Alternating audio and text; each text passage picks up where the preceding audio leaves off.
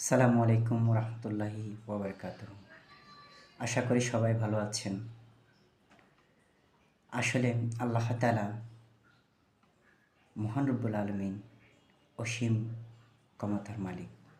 কুন ফায়াকুন বললেই সব কিছু হয়ে যায়।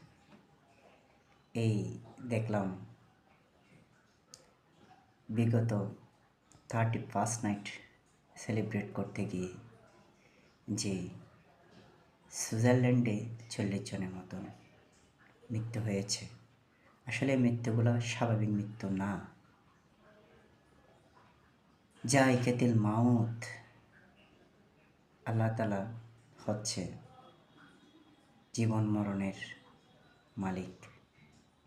মহান রব্বুল আলামিন আমাদের এমন মৃত্যু দেয় যে মৃত্যু সাহাবীর মতন এবং তাবিঈর মতন আমাদের মৃত্যু আল্লাহ তাআলা নসিব করুক।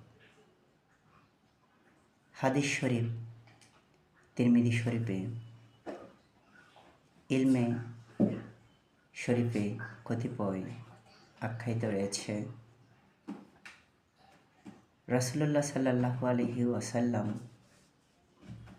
এর যে একটি হাদিস বর্ণনা করেছে এবং তার সাহচর্য লাভ করেছে এবং ঈমানের সহিত মৃত্যুবরণ করেছেন, তিনি একজন সাহাবী এবং তাবী, যিনি রাসূলুল্লাহ সাল্লাল্লাহু আলাইহি ওয়াসাল্লামের সাহাবীর নিকট যে কোনো একদিন শিক্ষা গ্রহণ করেছেন অথবা অন্ততপক্ষে তাকে একবার দেখেছেন, তিনি হচ্ছে তাবী।